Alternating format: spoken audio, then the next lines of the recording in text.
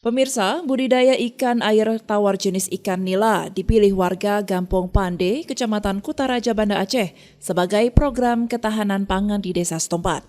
Program tersebut didanai langsung dari dana Gampung dengan sistem bagi hasil usai panen, yakni kepada warga, kelompok budidaya, dan masjid. Lahan kosong yang dulunya ditumbuhi semak belukar dengan luas sekitar 1.000 hektar persegi dibersihkan warga dan dijadikan kolam indukan dan kolam pembibitan.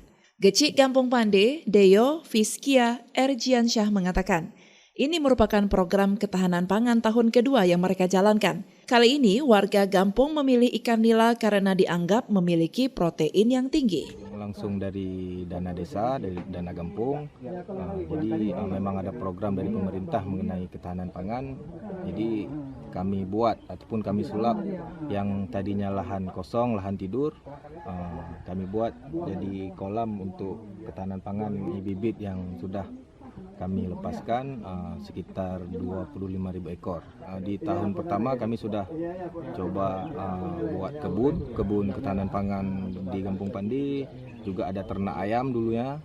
Mungkin yang sekarang kami coba untuk budidaya ikan nila. Alasan kami memilih budidaya ikan nila yang pertama, kan saat ini lagi semarak-semarak stunting di tiap-tiap daerah, jadi mungkin sumber protein dari ikan nila kan tinggi. Jadi kami coba budidaya ikan nila, hasil panennya pun akan kita bagi-bagikan untuk anak-anak stunting di Gampong Pande. Kalau di Gampong Pande mungkin nggak ramai, jadi untuk antisipasi, karena kan lebih bagus mencegah daripada mengobati, maka kami langsung mengambil sikap untuk budidaya ikan nila. Nanti kami bagi-bagikan keluarga, jadi protein untuk anak-anak yang terkena stunting, anak-anak yang masih balita, jadi bertambah gizinya. Anggota DPRA Irwan Johan yang ikut hadir saat pelepasan bibit ikan nila di kolam yang telah disediakan warga Gampong Pande sangat mendukung dan mengapresiasi atas apa yang dilaksanakan warga Gampong Pande. Ya, mudah-mudahan gagasan ini bisa sukses, lancar, terlaksana sesuai dengan harapannya, dan saya juga akan ikut memberikan support, baik itu secara moral, juga nanti jika dibutuhkan support dalam bentuk lainnya.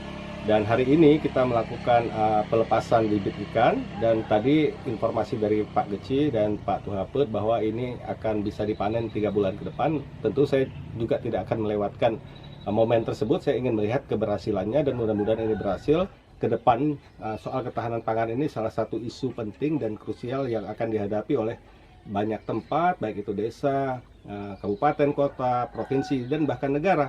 Jadi kalau ada satu Gampung yang punya inisiatif untuk program ketahanan pangan, ini perlu untuk didukung dan disupport oleh segala lapisan.